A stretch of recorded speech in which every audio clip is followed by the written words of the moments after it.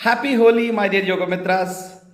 As we celebrate Holi, the festival of colors and joy, we need to understand its yogic significance also.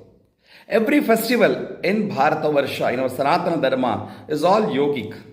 It just doesn't have an external paraphernalia of the celebration, but has deep inner yogic significance. Yesterday, in the series of Yoga Katha, we have understood that Lord Sriman Narayana is Yogeshwara and Shiva as Yogeshwara.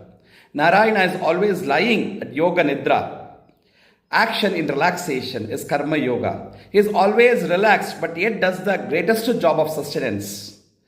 And Shiva, who got emerged as Rudra with more of dynamism, was requested by Vishnu and Brahma to be calm in silence, and therefore he started meditating. In that silence, the meditation, as Dakshinamurti, he brought forth the teachings of all the Vedas, and Sanaka, the rishis, sitting under him, learnt it.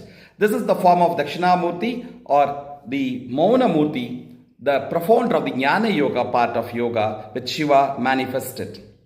And as it was going on, Brahma continued his creation, and therefore he had brought the Prajapatis. Out of him, Daksha Prajapati was one. And later, when Brahma wanted to continue the Manavas, the human being, he created Manu and Shatarupa, the first ever human being, the man and the woman, Manu and Shatarupa. And then Manu and Shatarupa, the Swayambhuva Manu and Shatarupa, they brought forth the children of Priyavrata, Uttanapada, Devahuti, Ahuti, Prasuti, and so forth.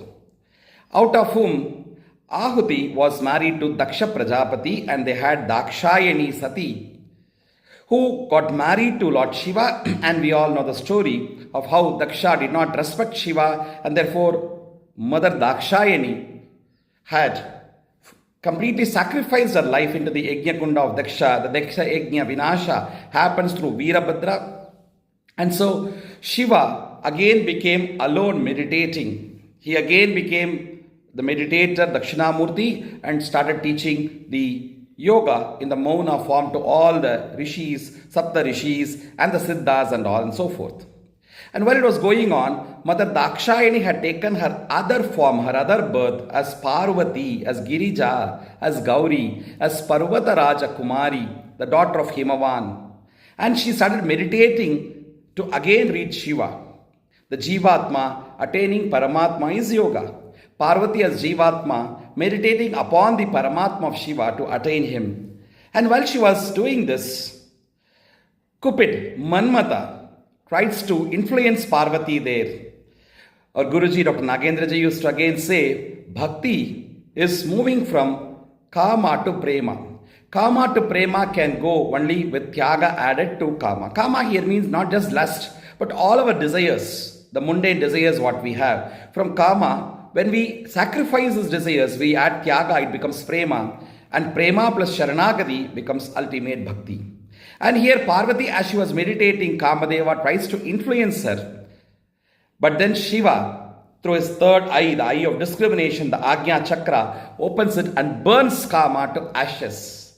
So until then, the Kamadeva, who had a beautiful form, lost his form. He became formless. So if we worship Shiva, we can overrule the Kama as well as the yogic message we get from here. So Kama Dahana happens and Kamadeva becomes ashes.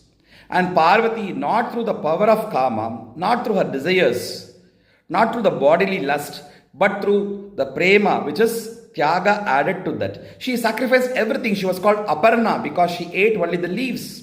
She meditated through Dhyanam. Again as Yoga Shakti, as Yoga Mata, Parvati, she attained Shiva by the complete Sharanagati Bhava of the Bhakti Yoga. And so Kama plus Tyaga is equal to Prema. Prema plus Sharanagati is equal to Bhakti, as Guruji says. This is the embodiment of Bhakti that we see in the merging of Parvati with Shiva, which is again in a way symbology of the Kundalini Shakti rising from the Mooladhara to Sahasrara. Mooladhara Kanyakumari Devi is all alone meditating there.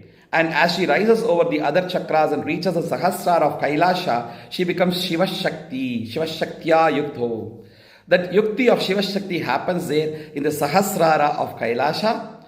And that is how we see the festival of Holi, where we burn the Kama. The fire which is burnt, of course, it has a Holika Dahan connected to Prahlada. We'll come back to that tomorrow. But more important is the Kama Dahana which Shiva made.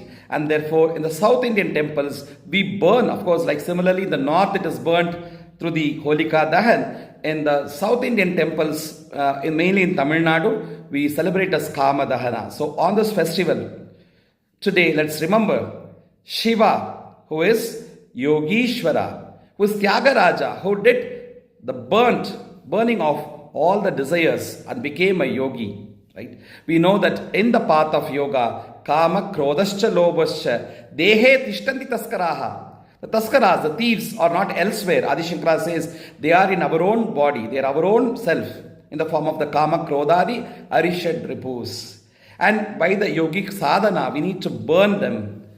And similarly, the Shiva in us should be manifested today by the sadhana, the Purnima. Let's meditate on Yogishwara Shiva.